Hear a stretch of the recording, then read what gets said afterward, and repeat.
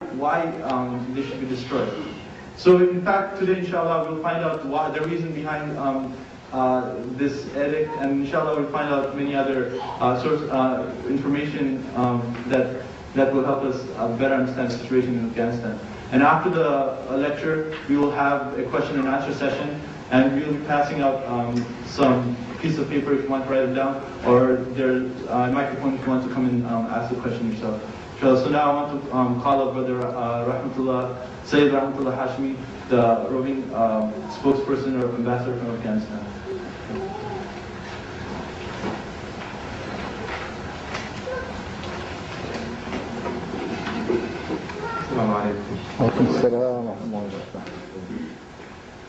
I was just coming from a meeting with a group of scholars,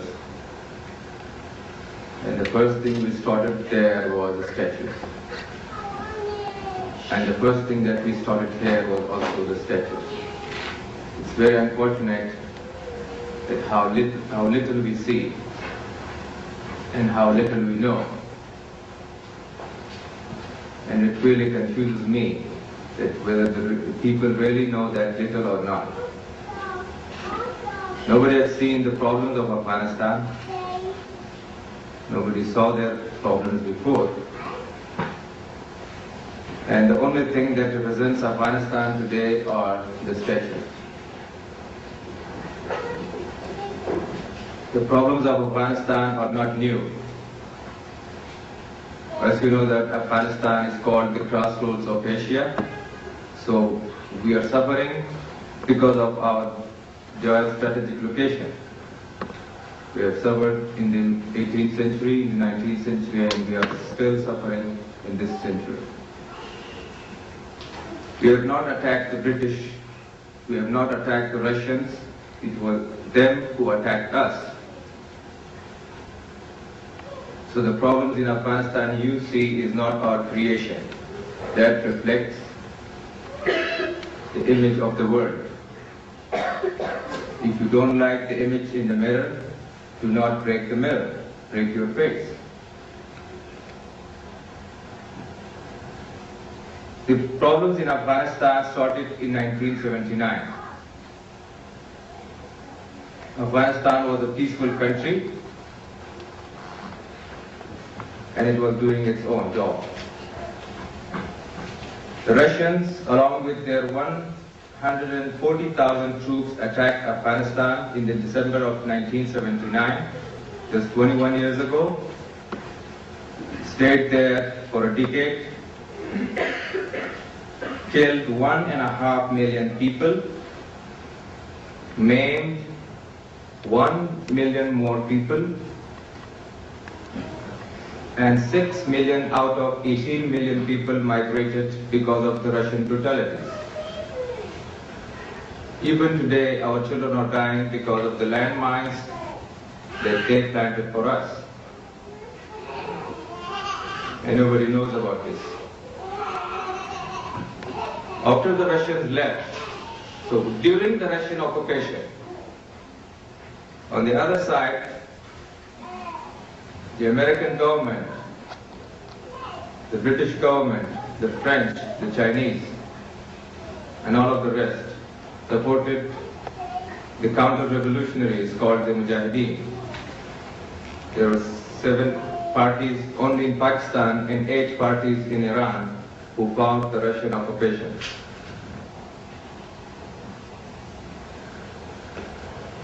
And after the Russians left, these parties went into Afghanistan.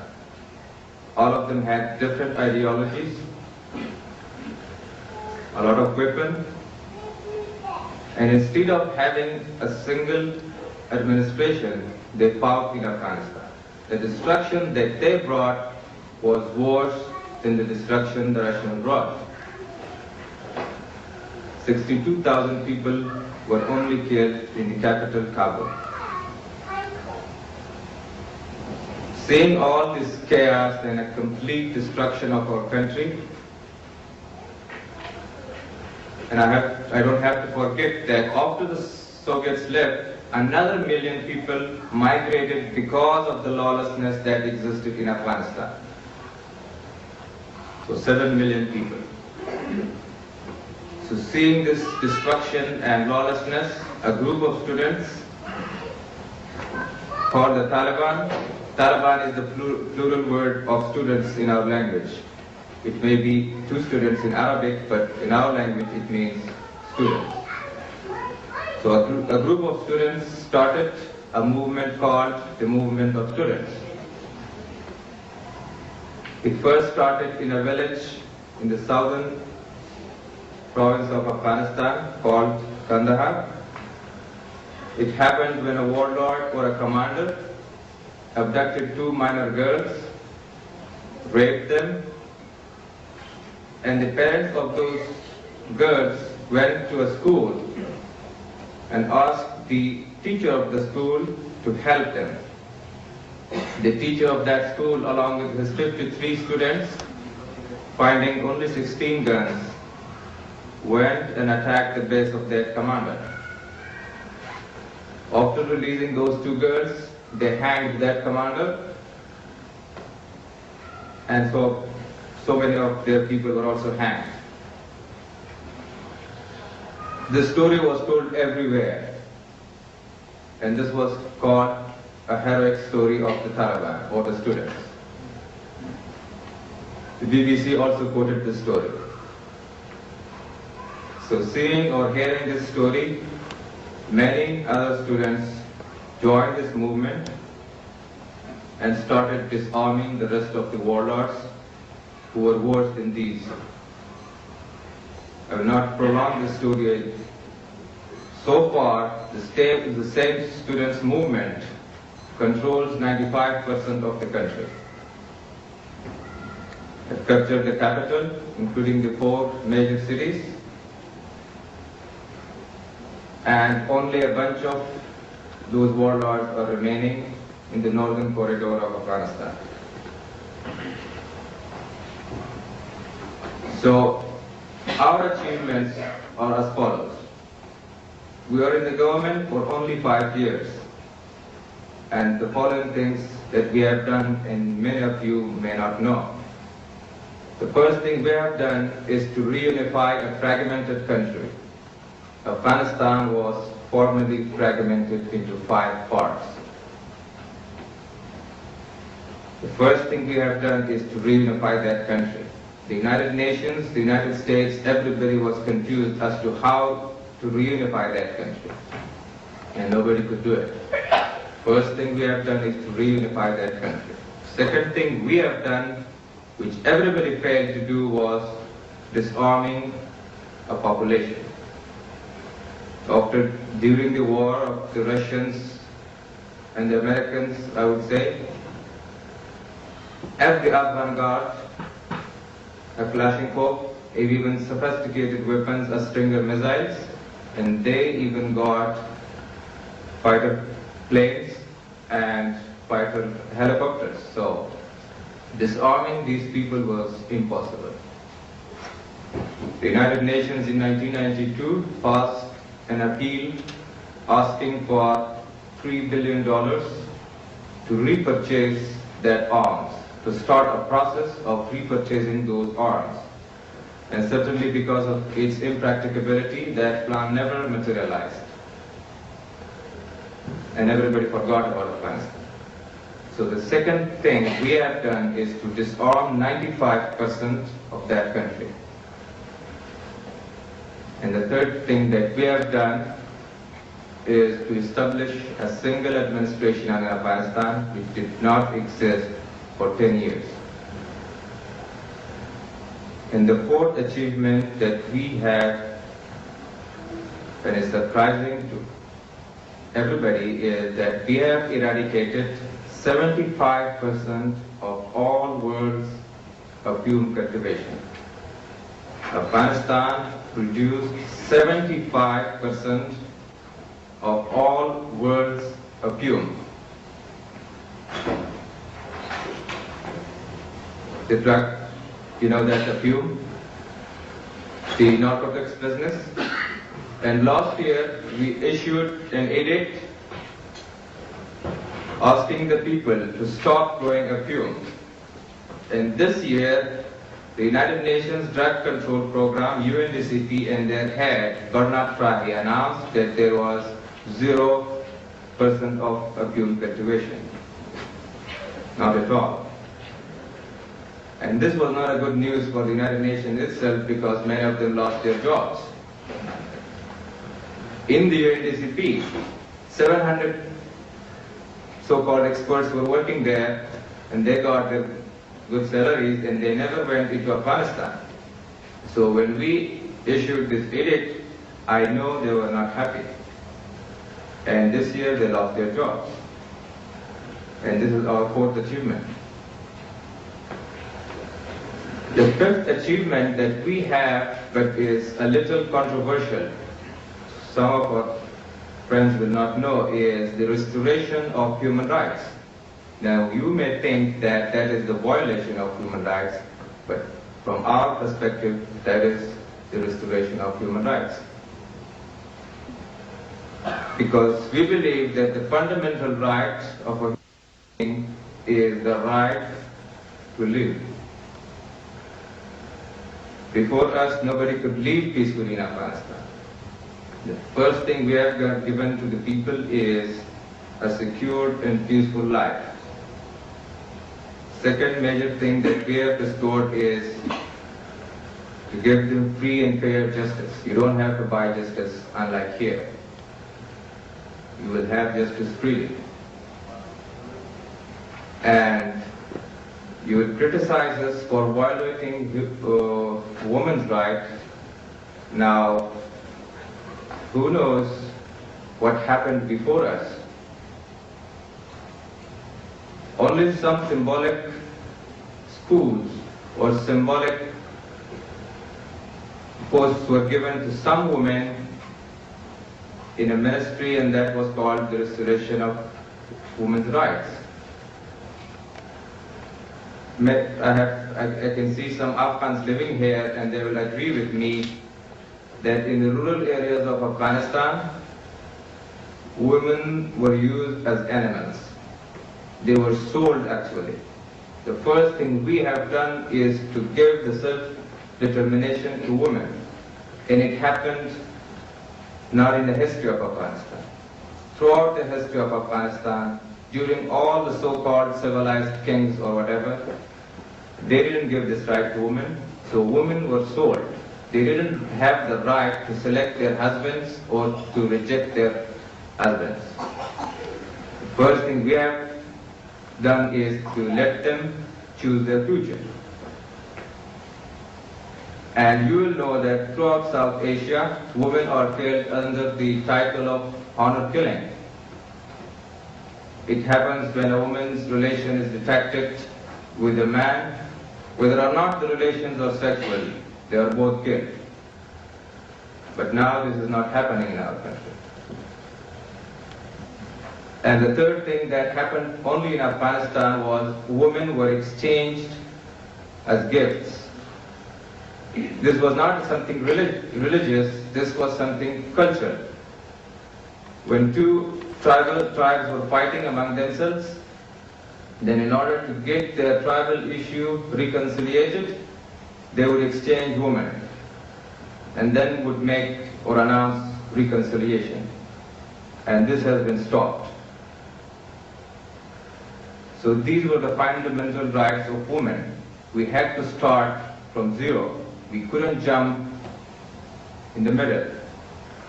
Now you'll ask me about the rights of women's education and the rights of women's work. Unlike what is said here, women do work in Afghanistan. You are right that until 1997, in 1996, when we captured the capital Kabul, we did ask women to stay at home. It didn't mean that we wanted to stay at home forever. But nobody listened to us. We said that there is no law and there is no order. They have to stay at home. They were raped before us, every day. So after we disarmed the people, and after we brought law and order, and now women are working. You are right that women are not working in the Ministry of Defense like here, We don't want our women to be fighter pilots or to be used as objects of decorations for advertisements, but they do work. They work in the Ministry of Health, Interior, Ministry of Education, Ministry of Social Affairs, and so on. So, and we don't have any problem with women's education. We have said that we want education and we will have education whether or not we are under anybody's pressure, because that is part of our belief. We are ordered to do that. When we say that there should be segregated schools, it does not mean that we don't want women to be educated. It's true that we are against co-education, but it's not true that we are against women's education. We do have schools even now, but the problem is the resources. We cannot expand those programs. Before our government, there were numerous curriculums that were going on.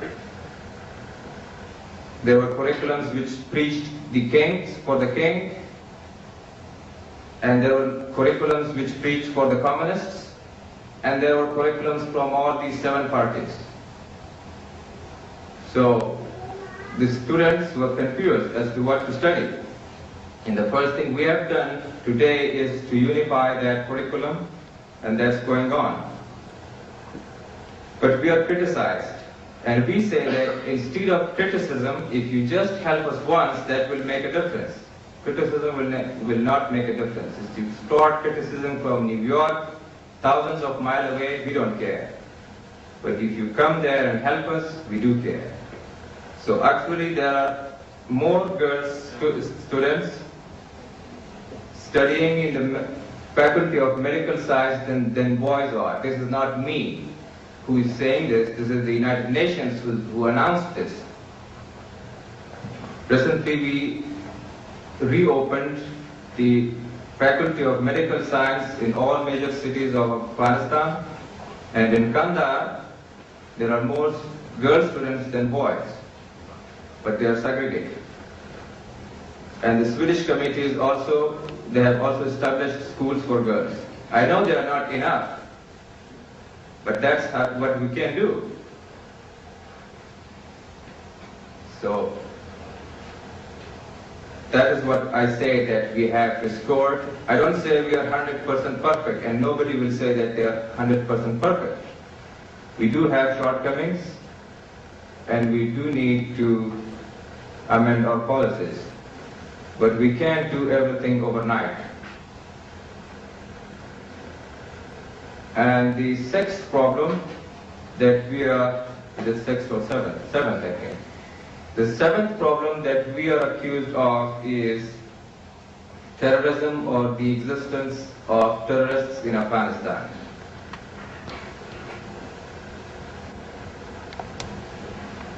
And for Americans, terrorism or terrorist means only Bin Laden.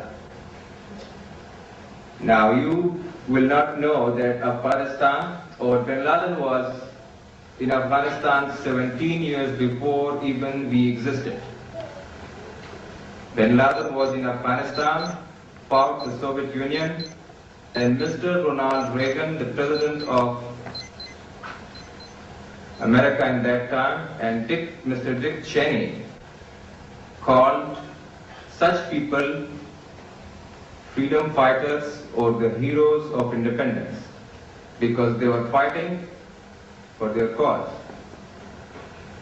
So Osama bin Laden was one of those guys who were instigated by such media reports or indirect provocation by these countries to go to Afghanistan and fight the Soviet pair. And now when the Soviet Union is fragmented, such people were not needed anymore, and they were transformed into terrorists, from heroes to terrorists. So exactly like Mr. Yasser Arafat was transformed from a terrorist to a hero.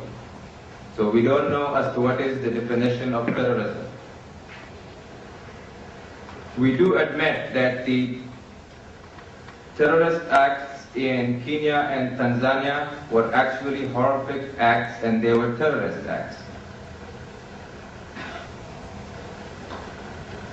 But if they are terrorist acts, what is the difference between those terrorist acts and the attacks on Afghanistan? The 1998 cruise missile attacks in Afghanistan. Neither of the two were declared, and both of them killed civilians. So we are confused as to what is the definition of terrorism. If it means killing civilians blindly, both of them killed civilians blindly. And the fact is, I'm not going to be offensive or rude about this. I'm going to be frank, and I think it's sometimes honest to be rude. If the United States says that it has acted for its defense, let's see. The United States government tried without even giving him a fair trial. In 1998, they just sent cruise missiles into Afghanistan and they announced that they were trying to kill Osama bin Laden. We didn't know Osama bin Laden then. I didn't know him, and he was a simple man. So we were all shocked. I was one of those men who was sitting at home at night. I was called for an immediate council meeting, and we all were told that the United States have attacked Afghanistan with 75 cruise missiles and trying to kill one man. And they missed that man, killed 19 other students, and never apologized for those students. So what would you do if you were in our status? If we were to go and send 75 cruise missiles into the United States and say that we were going to kill a man that we thought, not believed, that we thought were responsible for our embassies, and we missed that man and we killed 19 other Americans, what would the United States do? An instant declaration of war, but we were polite. We didn't declare war. We had a lot of problems at home. We didn't want further problems. And since then, we are very open-minded on this issue. We have said that if really this man is involved in the Kenya and Tanzania acts, if anybody can give us proof or evidence about his involvement in these horrendous acts, we will punish him. Nobody gave us evidence. We put him on trial for 45 days and nobody gave us any kind of evidence. The fact is the United States told us that they did not believe in our judicial system. We are surprised as to what kind of judicial system they have. They've shown us what are they doing to the people. They just tried to kill a man without even giving him a fair trial. Even if one of us is a criminal here, the police is not going to blow his house. He must go to a court first. So that was rejected. Our first proposal, despite all these things, was rejected. They said they did not believe in our judicial system, and he must be given to New York. The second proposal, after the rejection of this first proposal we gave, was we are ready to accept an international monitoring group to come into Afghanistan and monitor this man's activities in Afghanistan so that he does nothing, even that he has no telecommunication equipment. That proposal was also rejected. And the third proposal we gave 6 months ago was that we were ready to try or to accept a third Islamic country's decision on or the trial of him in a third Islamic country with the consent of Saudi Arabia and Afghanistan. That was also rejected. So we don't know as to what is the problem behind. If Bin Laden was the only issue, we are still very open-minded, and for the fourth time, I'm here with a letter from my leadership that I'm going to submit to the State Department, hoping that they will resolve the problem. But I don't think so they will resolve it. Because we think, and I personally think now, that maybe the United States is looking for a boogeyman always. Remember what Gorbachev said? He said is that he's going to do the worst thing ever to the United States. And everybody thought that he's going to blow the United States with nuclear weapons. But he said, I'm going to remove their enemy. And then he fragmented Soviet Union. And he was right. After he fragmented the Soviet Union, a lot of people lost their jobs in the Pentagons, in the CIA and FBI because they were not needed anymore. So we think that maybe these guys are looking for a boogeyman now. Maybe they want to justify their annual budgets.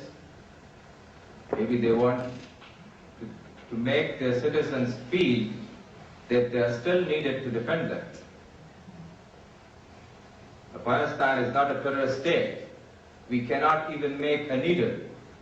How are we going to be a terrorist state? How are we going to be a threat to the world? If the word terrorism is really derived from the word terror, then there are countries making weapons of mass destruction, countries making nuclear weapons, causing deforestation, causing air and water pollution. They are terrorist states. We are not. We cannot even make a needle. How are we going to be a threat to the world? So as I said in the beginning, the situation in Afghanistan is not our creation. The situation in Afghanistan reflects the world's image. If you don't like the image in the mirror, do not break the mirror. Break your face. Now we are under sanctions. And the sanctions have caused a lot of problems. Despite that we are going under so many problems, the 22 years of continuous war, the total destruction of our infrastructure, and the problems of refugees and the problems of landmines in our agricultural lands, all of a sudden the United Nations, with the provocation of Russia, is imposing sanctions on Afghanistan. And the sanctions have been approved. We are under sanctions. 700 children died a month ago. Here it is. 700 children died because of malnutrition and the severe cold weather. Nobody even thought about that. Everybody knows about the statues. For us, we are surprised. If the world is destroying our future with economic sanctions, then they have no right to worry about our past. Everybody is saying that they are destroying their heritage. They don't have any right to talk about that. They are destroying the future of our children with economic sanctions. How are they going to justify to talk about our past? I know it's not rational and logical to blow the statues for retaliation of economic sanctions. But this is how it is. I called after this announcement, I called my headquarters and I found out, I was really confused. I asked them why are they going to blow the statues. And I talked to the head of the Council of Scholars and People who had actually decided this. He told me that UNESCO and an NGO from Sweden, Sweden, Scandinavian countries, Norway, Sweden, one of these, they had actually come with a project of rebuilding the face of these statues, which were worn by reigns. So the council of people had told them to spend that money in saving the lives of these children instead of spending that money to the statues. And these guys had said no, that this is only for the statues. And the people were really pissed off. They said that if you don't care about our children, we are going to blow the statues.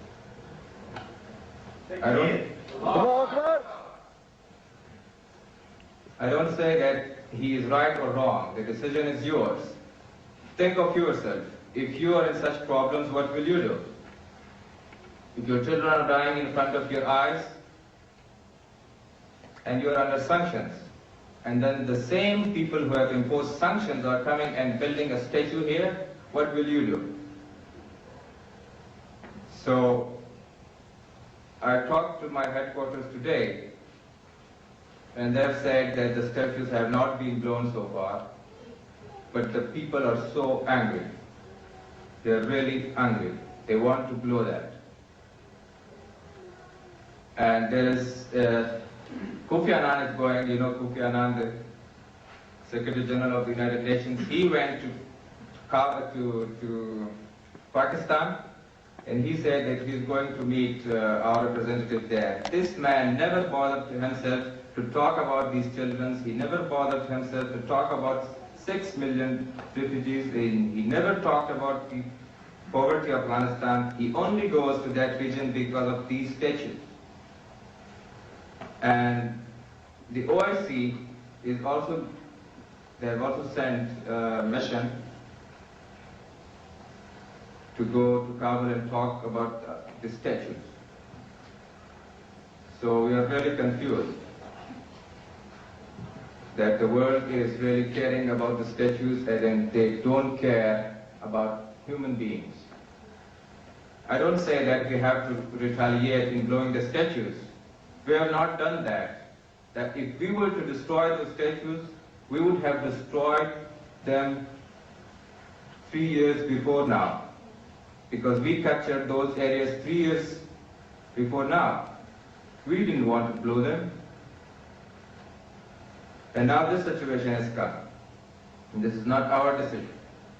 This is the decision of the scholars and the people.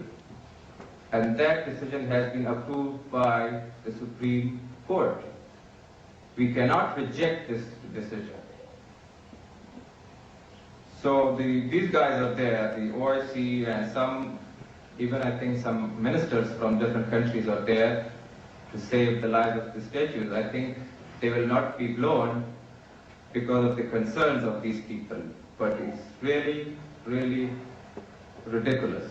These people do not care about children, about people who are dying there, about the foreign interference that still exists. They only care about the statues. And I am sure they don't care about our heritage. They don't care about our heritage. They only care about their picnic site one time. Maybe they will have a good picnic sometimes there, seeing those statues. They don't care about our heritage, I'm sure. If they were to care about our past, they wouldn't destroy our future. And I'm sure that these sanctions which are imposed on our government will never change us. Because for us, our ideology is everything. To try to change our ideology with economic sanctions will never work. It may work in the United States where economy is everything, but for us, our ideology is everything. So you can't change us with that. And we believe that it's better to die for something than to live for nothing. We are still open-minded. We have still opened our doors for negotiations, but our offices are closed everywhere. Our office was closed in New York a week ago. They are trying to shut our offices in other countries, trying to isolate us, and they don't know that the isolation is counterproductive. Because they don't have experts. The only experts they have are those people who speak English. They don't even speak the language. those experts who are advising the sanctions or the sanction committee have not even been to Afghanistan. And they are setting benchmark for us to achieve. So I'm prolonging this speech, I'm sorry, because I have been repeating it everywhere, so I may have left something in it, and I will let you ask me questions.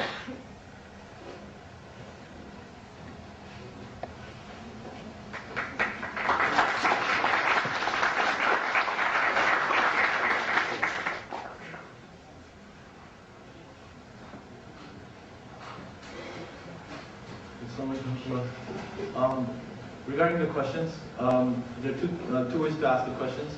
One way is you can come up to the microphones here, the sisters here, the brothers here, or you can write down the questions on pieces of paper that I think are being handed out right now. So after they're written down, because you might not want to come up for some reason, then just pass them to the ushers, inshallah, and they'll bring it up. So is there any questions for the microphone? You can come up right now, inshallah.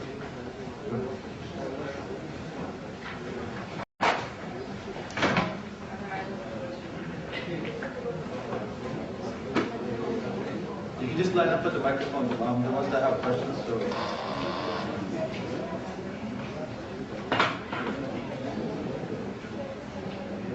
Assalamu alaikum. I have actually several concerns and some contradiction in the speech I would like to point to. The last issue of Buddhists, I don't like to talk about it because, I don't like the issue myself, but there are something which is coming out of Afghanistan and we have to talk about that. Last, the foreign minister of Taliban, Mutawakkil, had an interview with BBC, the Pashto service, and he had also interviewed some foreign journalists, and he indicated that the statues has been started to be destroyed. They have done half of the job, and the reason they're destroying is because of the belief system. People are going and praying there to those statues. The concern that I had, that there are statues of Hindus and Sikhs in Afghanistan which are practically and actively being prayed to. If this matter is really a concern to the Taliban, that those Buddhas are a matter of prayer, then those are of course there. Why not destroy them first and come after the Buddha? Because those are something which is just there and nobody's going even to pray them.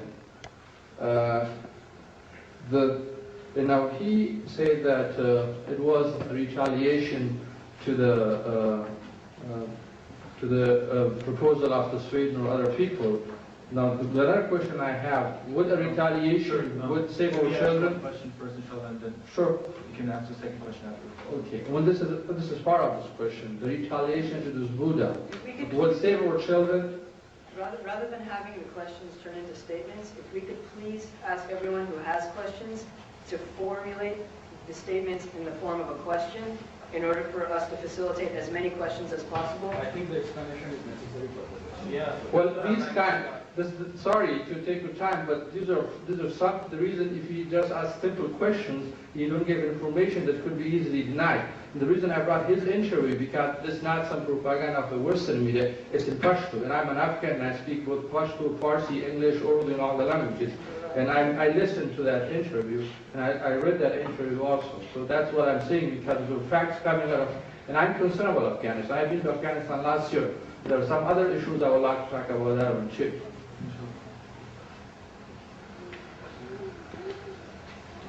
Thank you very much, and unfortunately again the question was starting from statute. So the statute, as I told you, has not been destroyed so far. And I've contacted my headquarters there, and if they were destroyed, then these people would not bother themselves going for saving them. I told you Kofi Annan is there, OIC is there, and there are some ministers there. And for us, as you said that some Mutawakkil Sahib has said that, I don't think he has said that they are destroyed. He said that, and I don't reject this. There is an edict which says that these should be blown. And we are not against Buddhists, absolutely wrong. We are not against any religion. There are Hindus living in Afghanistan. There are different religions. There is one man who is a Jew living in Afghanistan.